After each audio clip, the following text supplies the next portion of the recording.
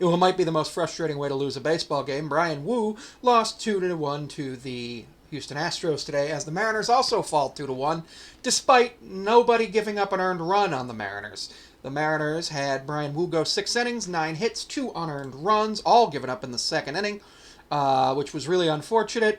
And then Casey Legumina closed out the last 2 innings with 2 hits allowed and no strikeouts. Wu struck out 5. The Mariners did not issue a walk. And then the Mariners struck out 11 times while getting 5 hits, 5 walks. We did hit the Astros a couple of times, at least once. Once. We hit the Astros once. Framber Valdez went 6 innings, 4 hits, 1 run. It was earned. Walked 4, struck out 5. Then Sousa, Abreu, and Hader. Hader came in and struck out the side, so yeah. Hader has only given up 1 earned run only had 1 run given up against the Mariners in his career. JP went 0 for 4. Julio went 0 for 3 with a walk. Randy struck out a couple of times. Mitch Garver had a bad luck. After he walked, he got hit by the baseball off the bat. And if you get hit by a baseball off the bat, it's an out. And that was just a bad luck. But what I can tell you is I like that rule. It's no, was it intentional? Was it not intentional? It was, did it or did it not happen? It happened. He was out.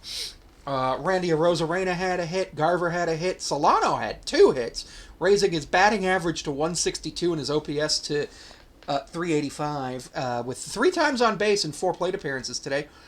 Tavares came in as a pinch runner for him. Ben Williamson went 1 for 3. Rivas went 0 for 4. The league is adjusting to Ben Williamson. It wasn't much of a game.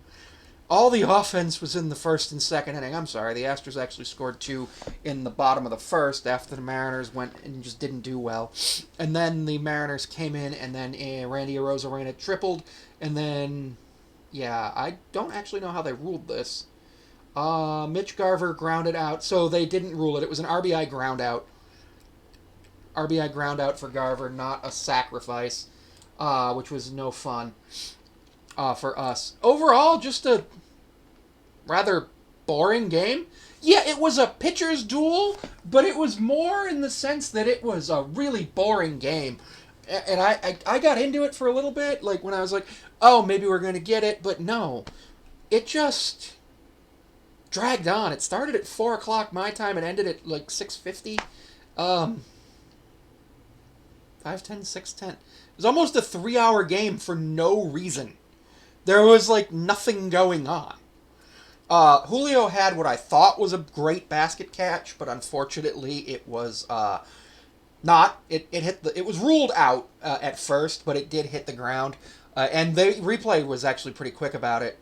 And I'm grateful that baseball has replay so that we got the call right. Even if it goes against me, I'd rather get the call right than not. And unfortunately, this is just one of those games that happens. Tomorrow's game, I think, is going to be a little bit different. Schedules. Tomorrow, the Mariners play at 2:10 Eastern. And it's Luis Castillo versus Colton Gordon, who has a 5.59 ERA in 2 games and 10 strikeouts in 9 2/3 with a 1.45 strikeout or 1.45 WHIP. So I see him doing a lot worse than Framber Valdez did. It was a bad matchup for the Mariners, and it just is what it is.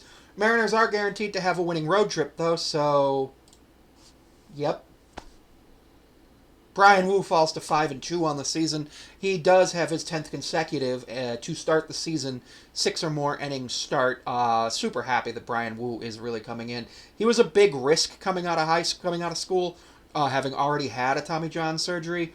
But I am super happy about what he's become. And again, thank you for tuning into the videos. Don't forget that you can also see me on Patreon at Sammy5436, where it's $1 a month. I also am seeable on Instagram at Sammy5436.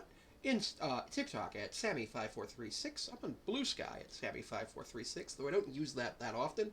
I believe I'm on Tumblr at Sammy5436, but I haven't used that in at least a year. And you can find me at my business email, thetrapezoidtalks5436 at gmail.com.